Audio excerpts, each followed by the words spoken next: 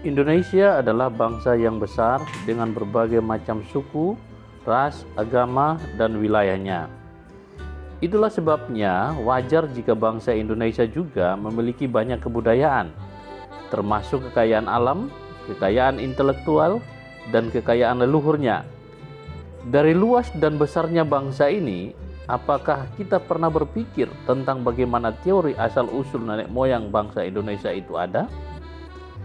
Sebagai generasi bangsa kita tentu perlu mengetahui bagaimana sejarah teori asal-usul nenek moyang Indonesia agar kita bisa belajar banyak hal tentang perkembangan corak hidup leluhur bangsa kita. Kita mungkin lebih populer dengan sejarah bangsa kita, mulai dari penjajahan Belanda sampai akhirnya masa sejarah kemerdekaan negara Indonesia. Padahal, jauh sebelum menempati masa sejarah itu, kita juga memiliki sejarah bagaimana akhirnya kita memiliki beragam suku dan budaya di beberapa wilayah, mulai dari Sabang sampai Merauke memiliki sejarah panjang hingga akhirnya masuk menjadi suku bangsa Indonesia. Ada beberapa teori asal-usul nenek moyang Indonesia yang populer di kalangan para ahli, baik ahli atau pakar dari dalam negeri atau dari luar negeri. Berikut ini adalah teori asal-usul nenek moyang Indonesia yang perlu kita ketahui. Ada 4 teori utama yang perlu kita ketahui tentang asal-usul nenek moyang Indonesia sebagai berikut. Yang pertama adalah teori Yunan. Teori Yunan ini mengungkapkan asal-usul nenek moyang Indonesia yang berasal dari wilayah Tiongkok, tepatnya di daerah Yunan. Nenek moyang bangsa Indonesia dipercaya telah meninggalkan wilayah Yunan di sekitar hulu Sungai Salwen dan Sungai Mekong dengan memiliki tanah yang subur. Diperkirakan karena bencana alam dan serangan suku bangsa lain, maka mereka mulai bergerak untuk berpindah tempat. Nenek moyang bangsa Indonesia memiliki kebudayaan kelautan yang sangat baik, yakni sebagai penemu model asli perahu bercadik yang menjadi ciri khas kapal-kapal bangsa Indonesia saat itu. Penduduk Australasia yang masih termasuk dalam wilayah Kepulauan Nusantara ini kemudian menetap dan akhirnya disebut sebagai bangsa Melayu Indonesia. Orang-orang inilah yang menjadi nenek moyang langsung dari bangsa Indonesia sekarang. Para ahli yang sepakat dengan teori ini antara lain J.R. Logan, R.H. Gordon, J.H.C. Kern, dan J.R. Foster. Dasar utama teori Yunan adalah ditemukannya kapak tua di wilayah Nusantara yang memiliki ciri khas yang sama dengan kapak tua di wilayah Asia Tenggara. Penemuan tersebut menandakan adanya proses migrasi manusia di wilayah Asia Tenggara ke Kepulauan Nusantara. Adanya migrasi manusia tersebut disebabkan karena faktor terdesak oleh bangsa yang lebih kuat. Berdasarkan peristiwa tersebut, teori Yunan ini menandakan ada 3 gelombang kedatangan tersebut, antara lain Proto-Melayu, Deutero-Melayu, dan Melanozoid. Hal yang mendasari teori Yunan berikutnya adalah ditemukannya kesamaan bahasa yang digunakan masyarakat di Kepulauan Nusantara dengan bahasa yang ada di Kamboja, yakni bahasa Melayu Polinesia. Fenomena tersebut menandakan bahwa orang-orang Kamboja berasal dari Yunan dengan cara menyusuri Sungai Mekong. Arus migrasi atau perpindahan tersebut kemudian diteruskan saat sebagian mereka melanjutkan pergerakan tersebut sampai ke wilayah kepulauan di Nusantara. Jadi kesamaan bahasa Melayu dengan bahasa Cham di Kamboja menandakan adanya hubungan dengan dataran Yunan.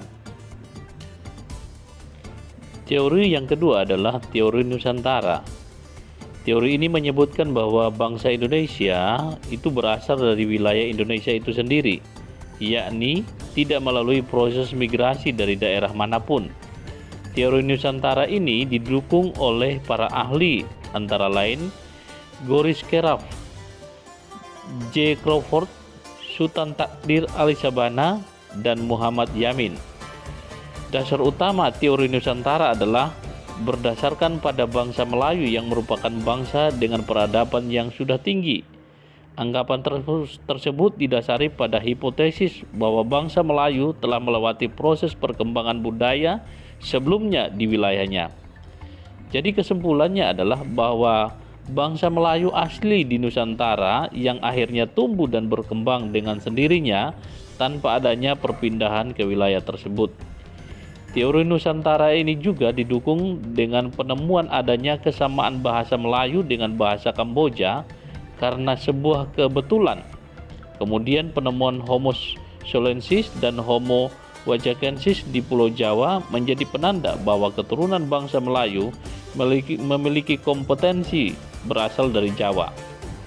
Berdasarkan perbedaan bahasa, hal tersebut terjadi karena bahasa bangsa Austronesia mengalami perkembangan di daerah Nusantara tersebut dengan bahasa yang telah berkembang di wilayah Asia Tengah, yakni bahasa Indo-Eropa.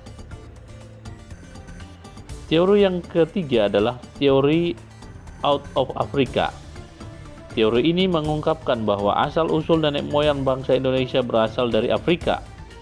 Anggapan ini berdasarkan pada kajian ilmu genetika lewat penelitian DNA, mitokondria, gen perempuan dan gen laki-laki.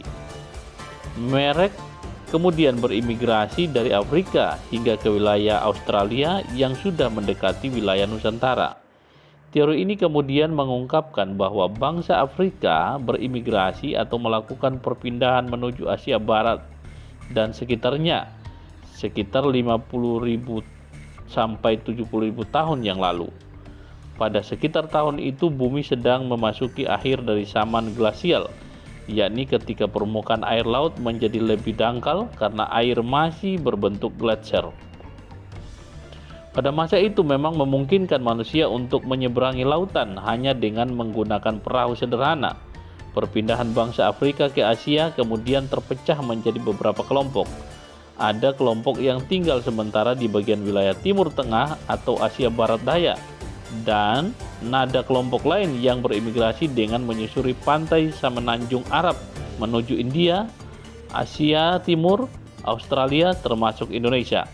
Fenomena tersebut diperkuat dengan penemuan fosil laki-laki di bagian wilayah Lake Mungo. Selain itu juga ada dua jalur yang diperkirakan menjadi wilayah yang ditempuh oleh bangsa Afrika di masa itu, yakni jalur untuk menuju lembah Sungai Nil.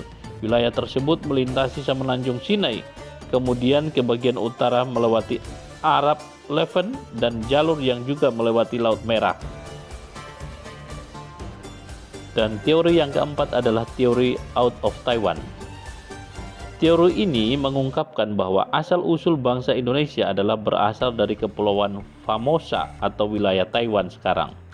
Teori ini rupanya didukung oleh ahli bernama Harry Truman Simanjuntak yang mendasari atas argumen pada teori ini adalah dasar utama dari teori out of Taiwan. Yang pertama adalah tidak adanya pola genetik yang sama antara kromosom manusia bangsa Indonesia dengan manusia dari bangsa Tiongkok.